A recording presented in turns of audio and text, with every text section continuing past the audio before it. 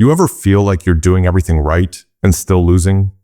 Like you're grinding every single day, checking every box, trying to stay positive and keep the faith, but nothing seems to change. Maybe it's your career or your health or a relationship that just keeps breaking down. And at some point, even the strongest part of you, the one that says keep going, starts to whisper, "What's the point?" Yeah, I've been there too. There was a time when I woke up every morning with this heavy feeling in my chest. Not sadness exactly, just exhaustion, emotional, mental, spiritual fatigue. I kept telling myself, this is just a phase, but deep down, I was seriously questioning whether the fight was still worth it. And if you're watching this, maybe you felt that too, that lonely, quiet fear that maybe, just maybe, you weren't built for the life you want. But let me tell you something. No motivational quote on Instagram will say straight up, wanting to give up is normal. It's not weakness. It's not failure. It's the pressure point right before the breakthrough. And the people who make it, they're not the smartest or the luckiest or the most confident. They're the ones who didn't quit, even when it made no sense to keep going. Let me show you why. There's a story about this guy, real dude, who spent years pitching his screenplay, got rejected over and over, told his writing was garbage, that he didn't look the part to be an actor. At one point, he had to sell his dog for $50 just to eat. Can you imagine how humiliating that must have felt? Selling your best friend to survive? That man was Sylvester Stallone, and the script was Rocky. He refused to sell the script unless he could star in it. Studios laughed in his face, but he waited, slept in a bus station. Got his dog back, by the way, for $15,000, and the rest is history. Rocky became an Oscar-winning film and launched his entire career, all because he didn't give up when everyone told him to. Now I know not all of us are writing movie scripts or chasing Hollywood dreams, but the principle is the same. Every time you get rejected, every time you fail and get up again, you're compounding your strength. You're investing in resilience.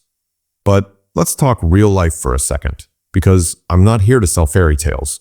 Sometimes the hardest battles aren't dramatic. They're silent, like staying in a job that drains your soul because your rent depends on it, or choosing not to text someone you miss because you know they're not good for you, or waking up with anxiety, but still getting out of bed and showing up. These are quiet, invisible wins, and they count. They matter, even if no one claps for them. One of my friends, Jordan, applied to over 120 jobs in 6 months. Didn't get a single yes, not one. She cried almost every night, ate ramen noodles more than any human should, but she didn't stop. She kept learning, tweaking her resume, sending applications. Eventually, she landed a role that changed her life. One yes erased 119 rejections, but only because she kept showing up. That's the truth about life. It rarely rewards you right away. It tests you first. It stretches you. And yeah, it hurts like hell sometimes.